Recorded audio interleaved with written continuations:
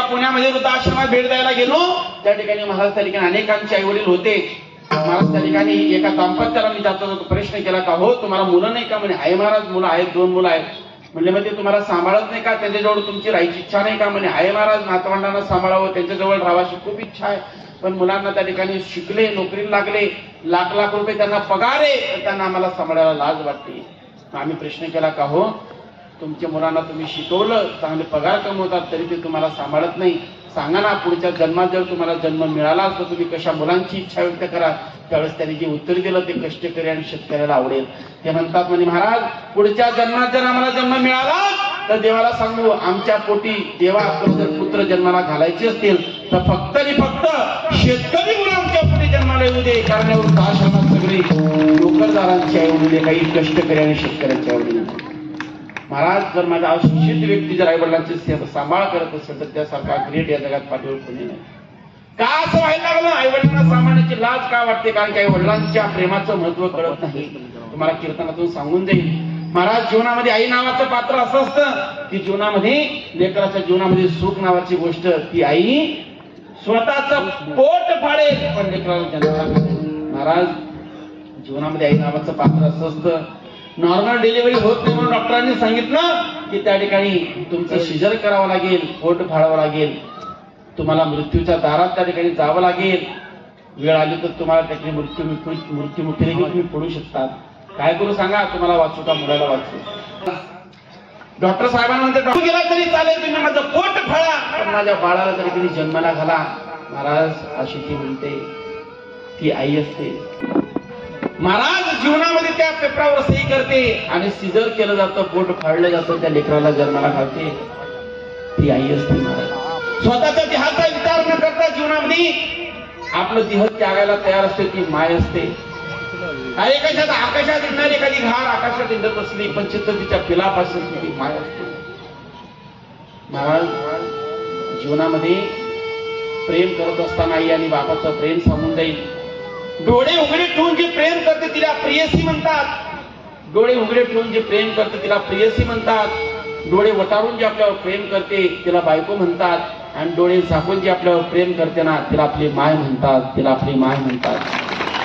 आणि सर्व अंगाने त्या ठिकाणी महाराज डोळे उघडे ठेवून आणि महाराज सार असा विचार करून लेकराच्या जीवनामध्ये कल्याण झालं पाहिजे या विचाराने डोळे उघडे ठेवून प्रेम करणारा तो बाप जीवनामध्ये असतो.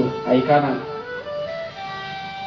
जीवनामध्ये आईचं प्रेम सांगत असताना विचारवंतांनी आईच्या प्रेमाबद्दल अनेक महती गायलेली, पण आज आपल्याला आईचं प्रेम नाही, आज आपल्याला बापाचं प्रेम समजून घ्यायचंय.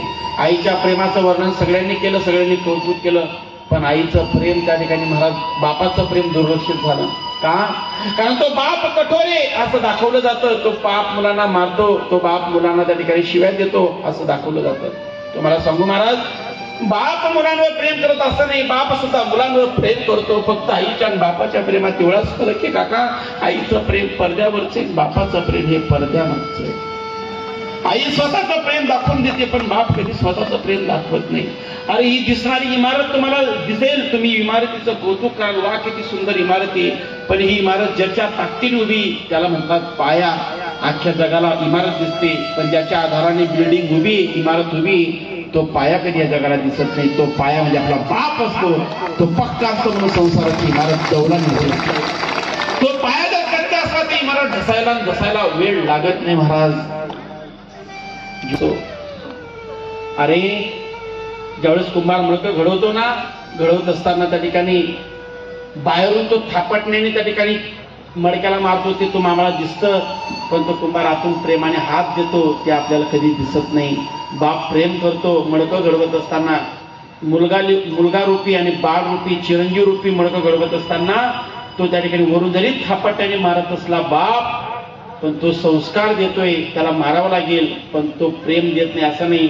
तो त्या कुंभारासारखा आतून प्रेमाचा हात देतो आणि त्या मडक्याला घडवतो, म्हणजे लेकराला घडवतो, तो बाप असतो.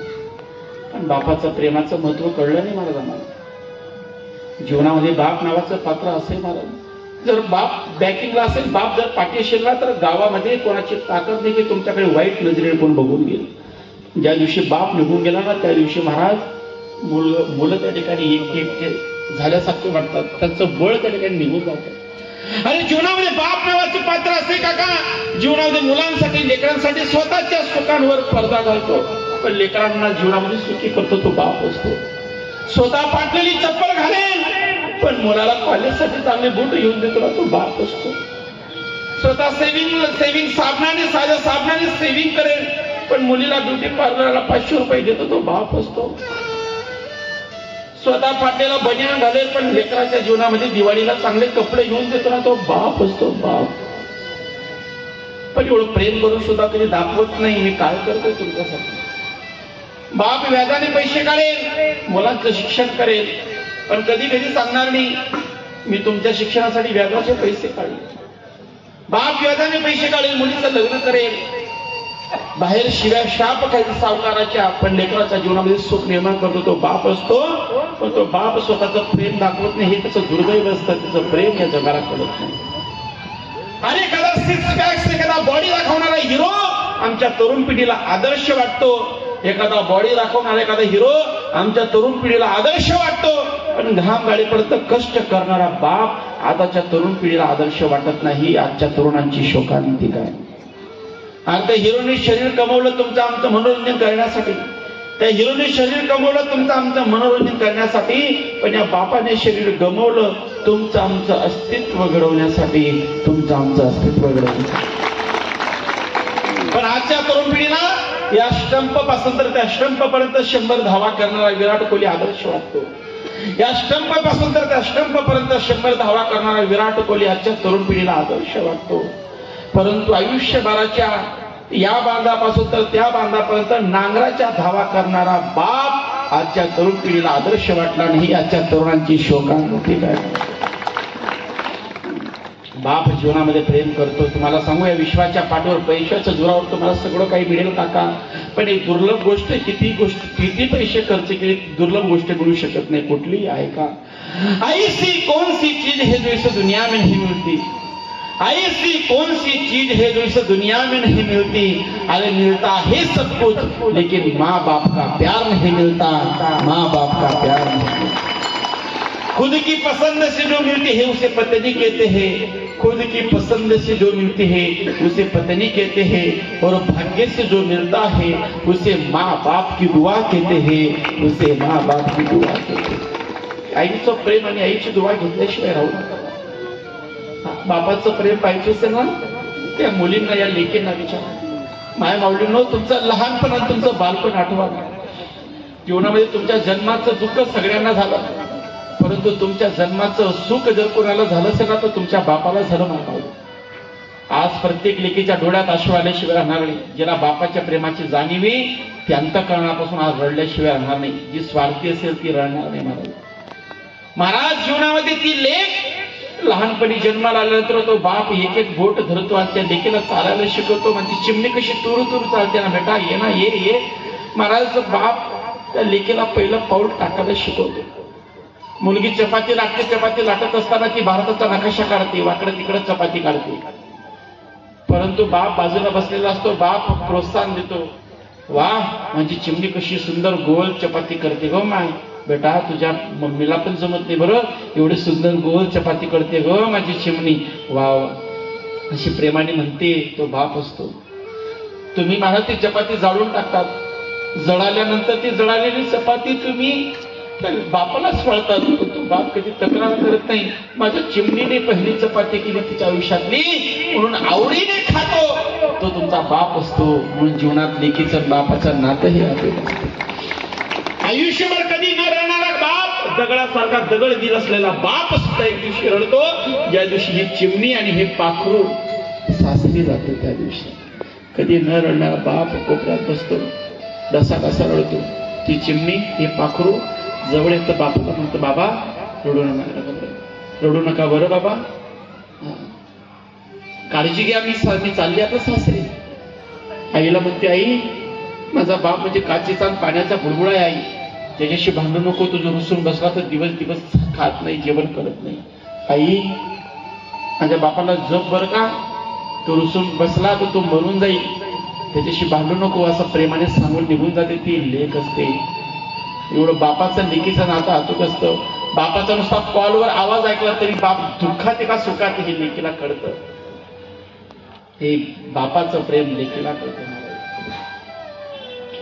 आज जीवनामध्ये गंगाधर भाऊ आणि त्यांचे मोठे भाऊ, त्यांना दोघांना विचारा, बाप 5 वर्षापूर्वी निघून गेला.